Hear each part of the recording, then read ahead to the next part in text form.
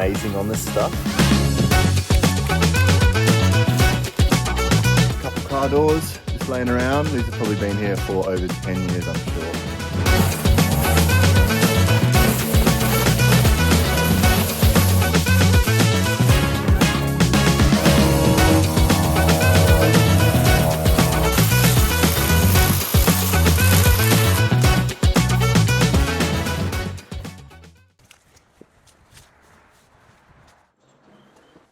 Hello. So I think this place is abandoned. I'm gonna go ask the neighbours, see if they know what's going on.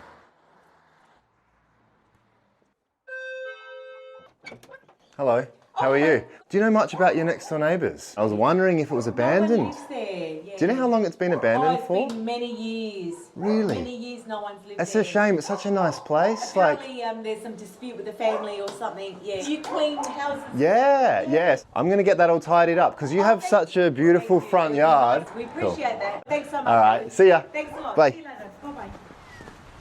Hello everyone, and welcome back to this week's free yard transformation video. And if you're new to the channel, my name is Aidan, and I'm so glad that you found your way here. You're in for a real good time. It has been an absolute scorcher here in South Australia this week. We had 3 days in a row that were over 42 degrees, which is about 107 degrees Fahrenheit, just to put it in perspective. So it has been very hot, and again, the glass has started melting to my face. So if anyone knows of any good polarized safety glasses that will keep the dust out of your eyes, please let me know in the comments, because I need some that are sun resistant and won't just melt on me. But anyway, on to this week's yard transformation. So I was driving around my community this week and I had spotted this eyesore. This property was absolutely massive and needed so many things to be done and fixed here. There was so much overgrown grass here at this property, mainly towards the middle and towards the back of the property, as it looked like the council had been working on the front. The walkways at this place were all being overtaken by grass. Some of the walkways you could not even see anymore. The hedges that were out the front of the property here were getting so massive, and this kikuyu grass here was slowly taking over these hedges as well. And then the amount of roses that were in this property that were hidden everywhere was quite astonishing. There were so many overgrown leggy roses in this property, and they all needed a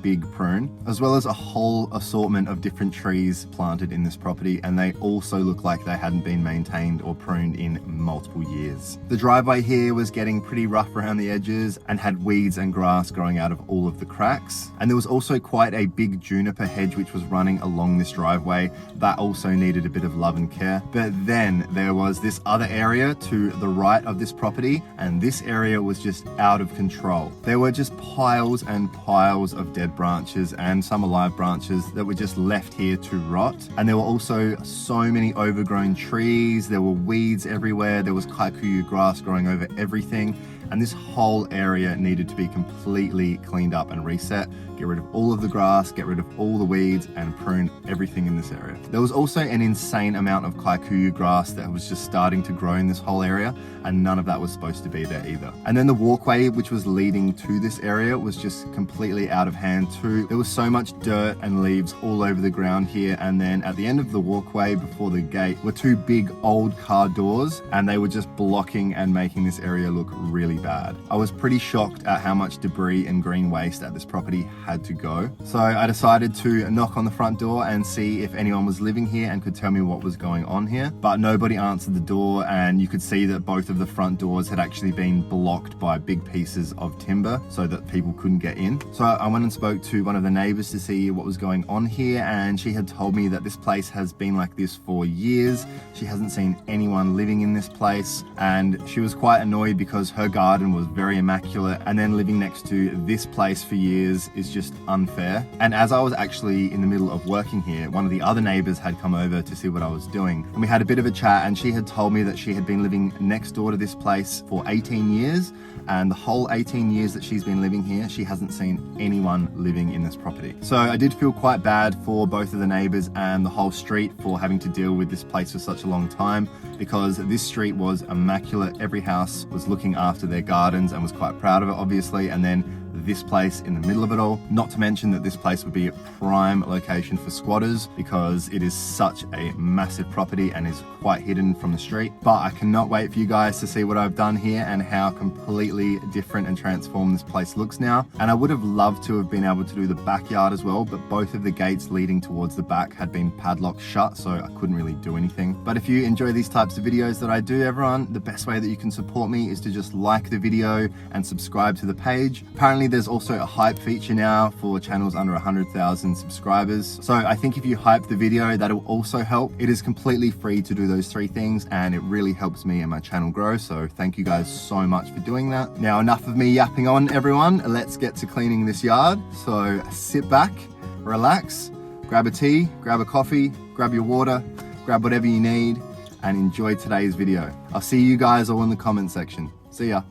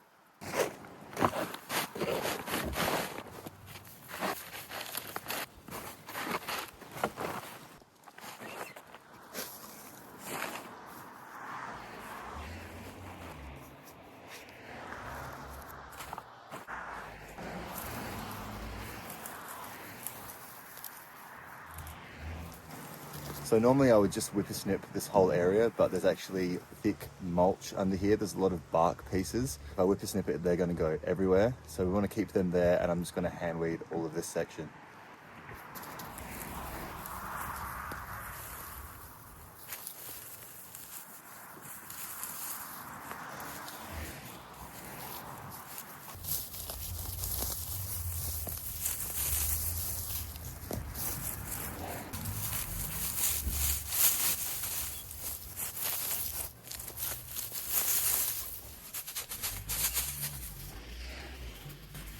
So what we have here, this is actually a type of grass. This is called kangaroo grass, mainly because kangaroos love grazing on this stuff. But this thing here has already seeded and is going quite brown, so we're just going to give this thing a bit of a haircut. You want to try and trim it back kind of about this level. You don't really want to go down near the base. You want to try and give it at least a few inches.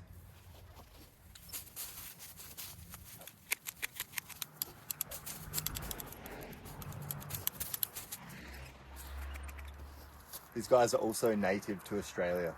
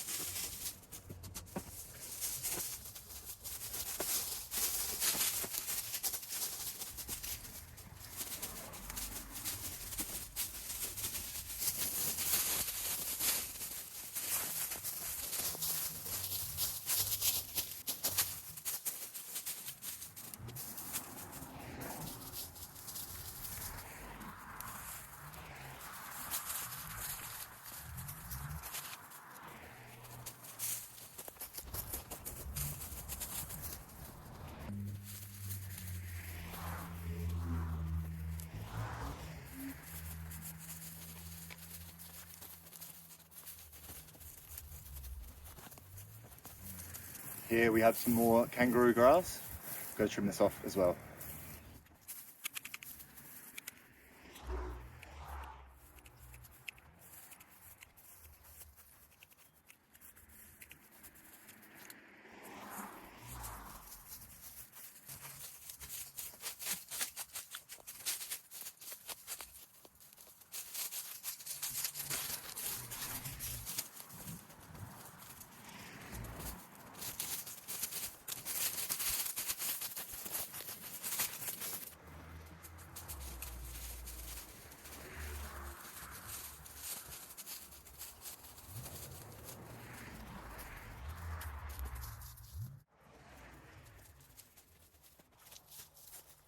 And here we have a rose bush that is getting very leggy and needs to be pruned back a lot because it's already flowered and they have died off.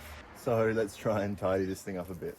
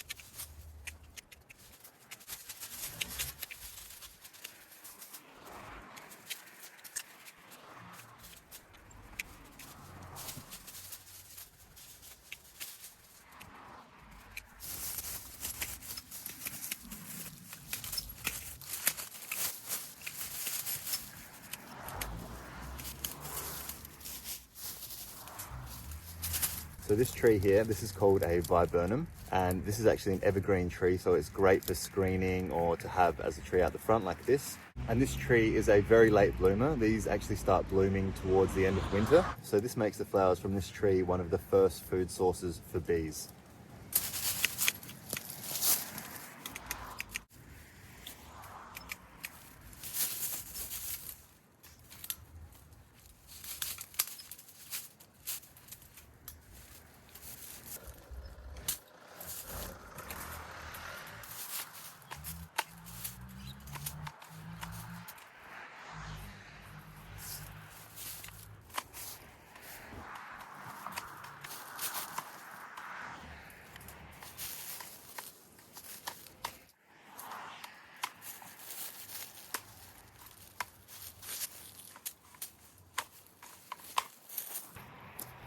Okay, so this guy here, this is called an abelia. I'm not sure exactly what type of abelia, but they have these beautiful copper and bronze looking leaves, and they completely change on their own accord. Pollinators absolutely love this shrub because this thing actually flowers for months, not just for weeks.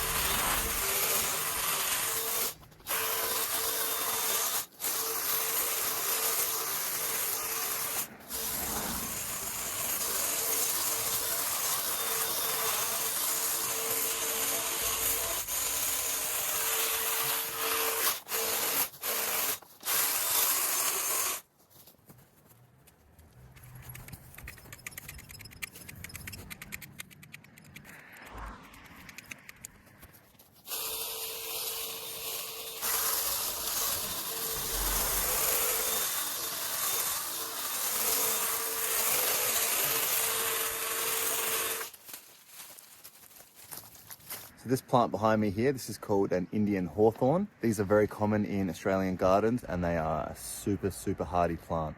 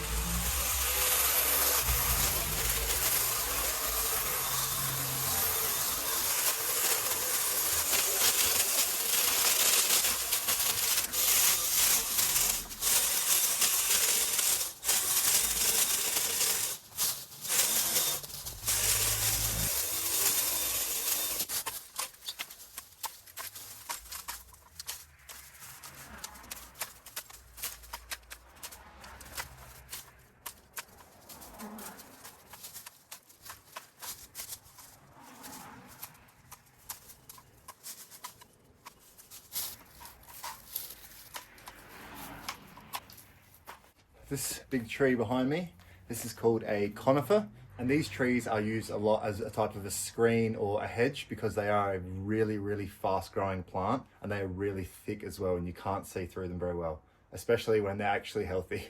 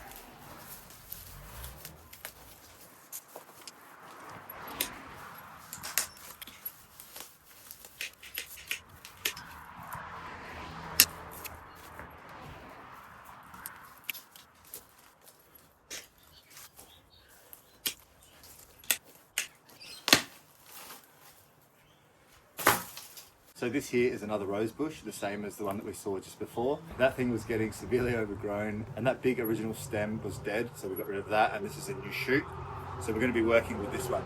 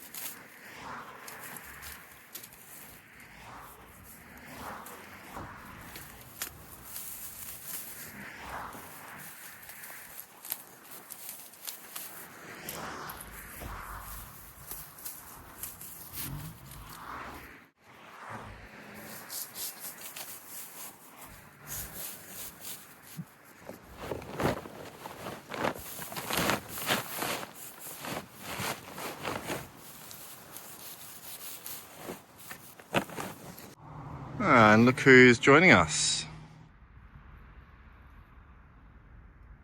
Our magpie friend. Getting some grubs. Alright, so this bush behind me, this is called a white diosma. And these actually have a very citrusy smell if you crush the leaves in between your fingers. This plant is native to South Africa, and that's why it does so well in harsh Australian conditions and loves it here. And then this tree that's growing above it, this is actually called a purple leaf ornamental plum. These trees actually grow really fast, but they can only really survive up to around 25 to 30 years. They also do produce tiny little fruit, but we don't really eat them because they're very sour, so the birds love these. I'm just going to give this ornamental plum tree a little bit of a prune back because it's coming into the white diosma, so we just want to try and raise it a bit more.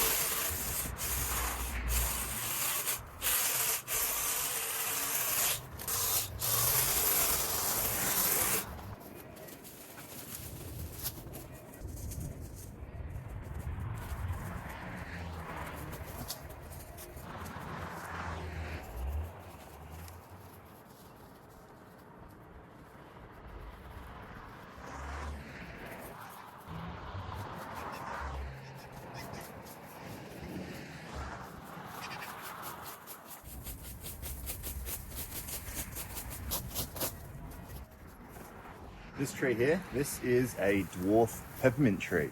When you crush the leaves, they have a very, very minty and peppery smell. This is because of the essential oils that are actually in the leaves. This guy looks like he hasn't had a haircut for quite a while, so we're going to give him just a little bit of a prune back.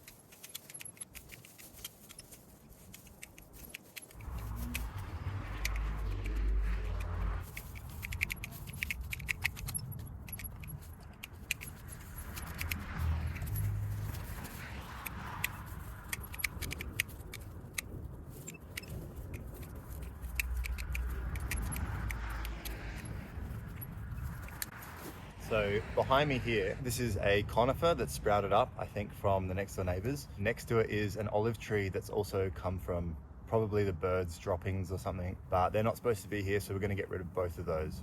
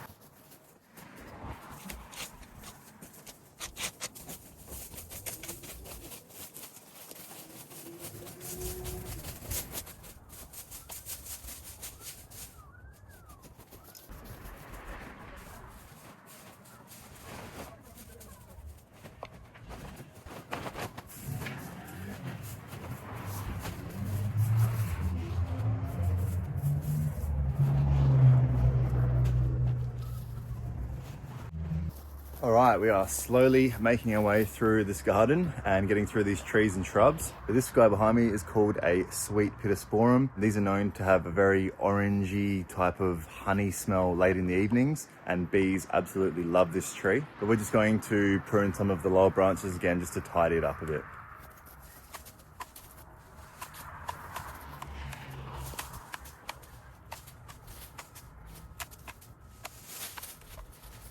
There's also a rose bush growing just to the right here that has been completely smothered by this thing. So we're going to try and bring it up a little bit over there to that level, and then we can prune the rose back even lower.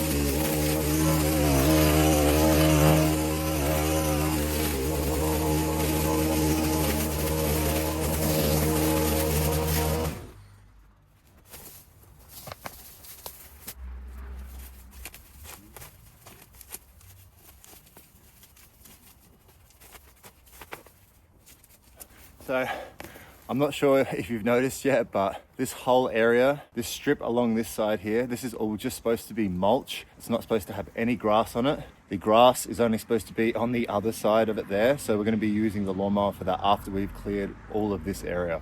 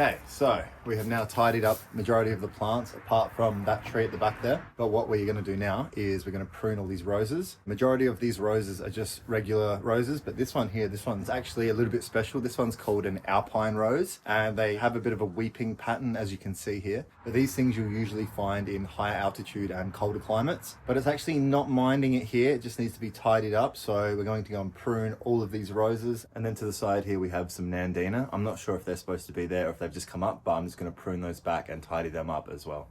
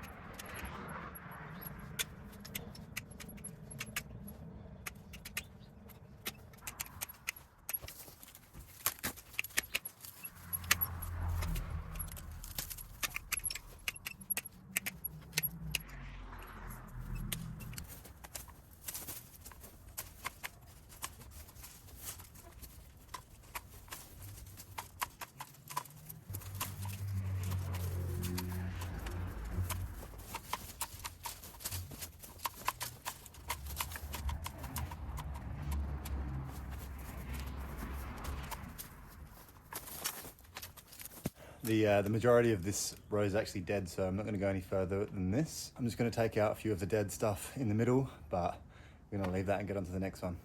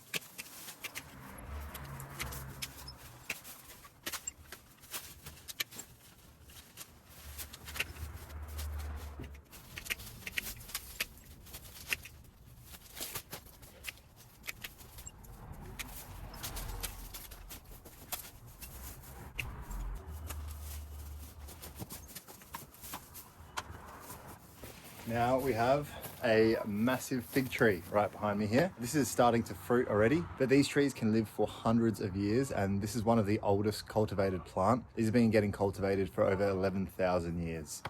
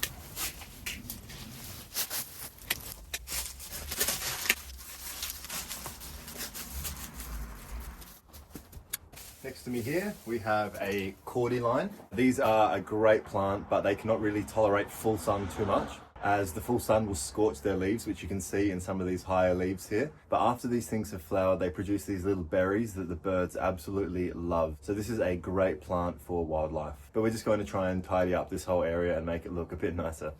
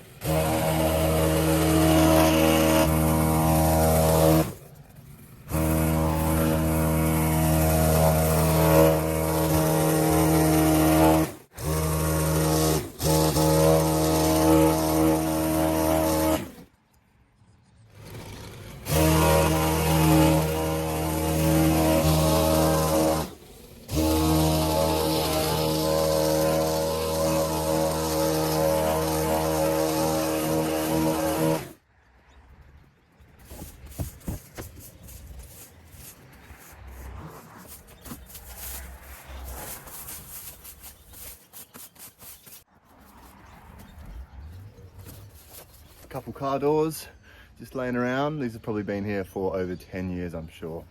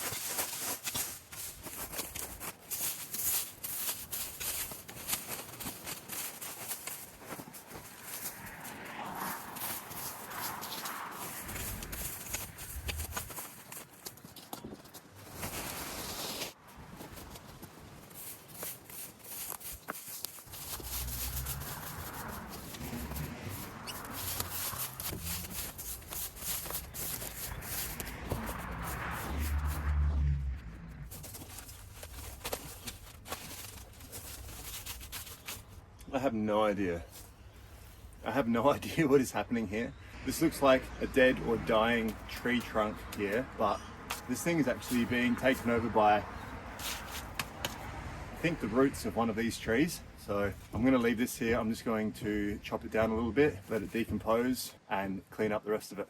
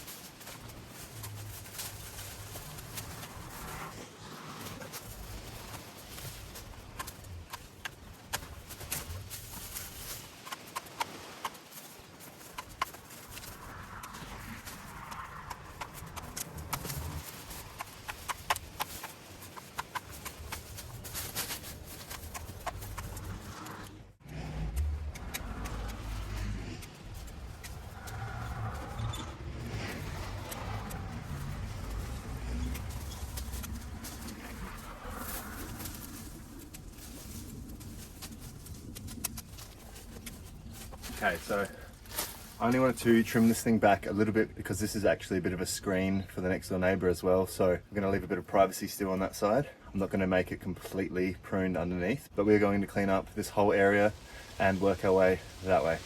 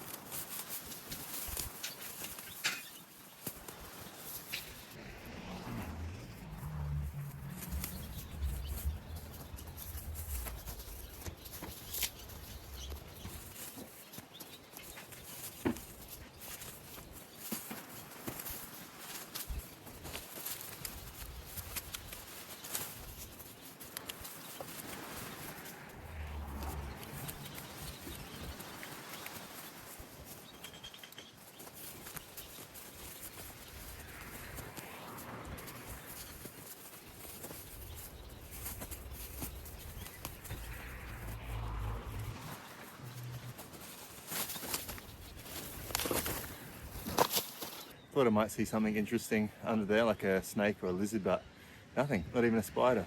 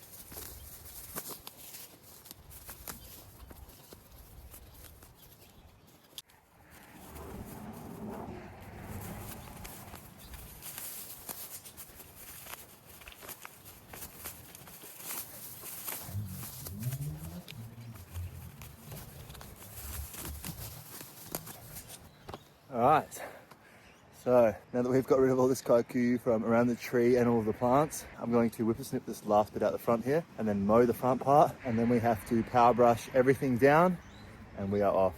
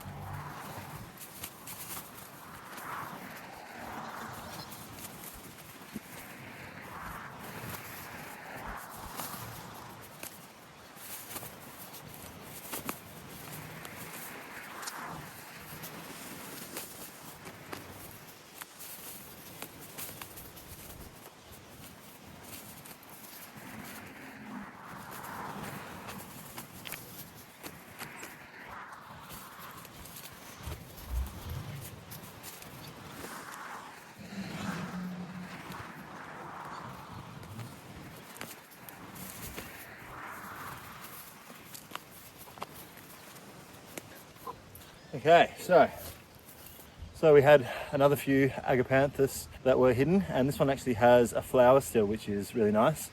But like I said in a few other videos, agapanthus are one of the hardiest plants. They're very hard to kill completely. So even if you cut off all the leaves of these things, as long as you keep the bottom part and the bulb, these will survive.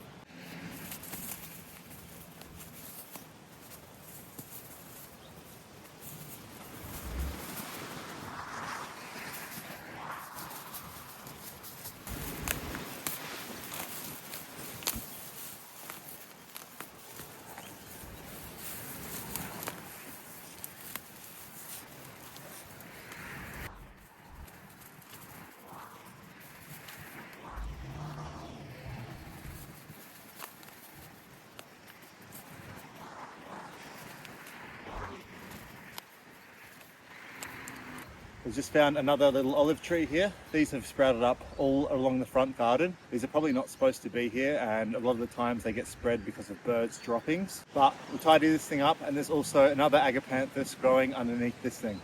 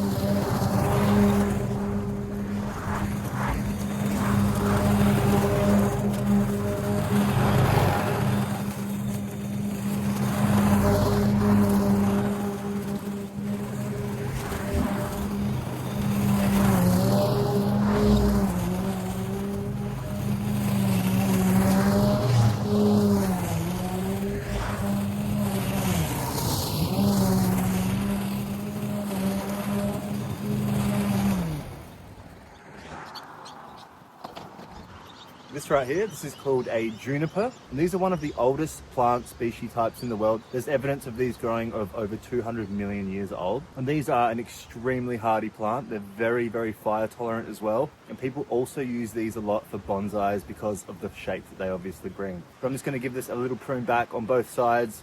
Don't want to go too far because these things don't like a hard prune.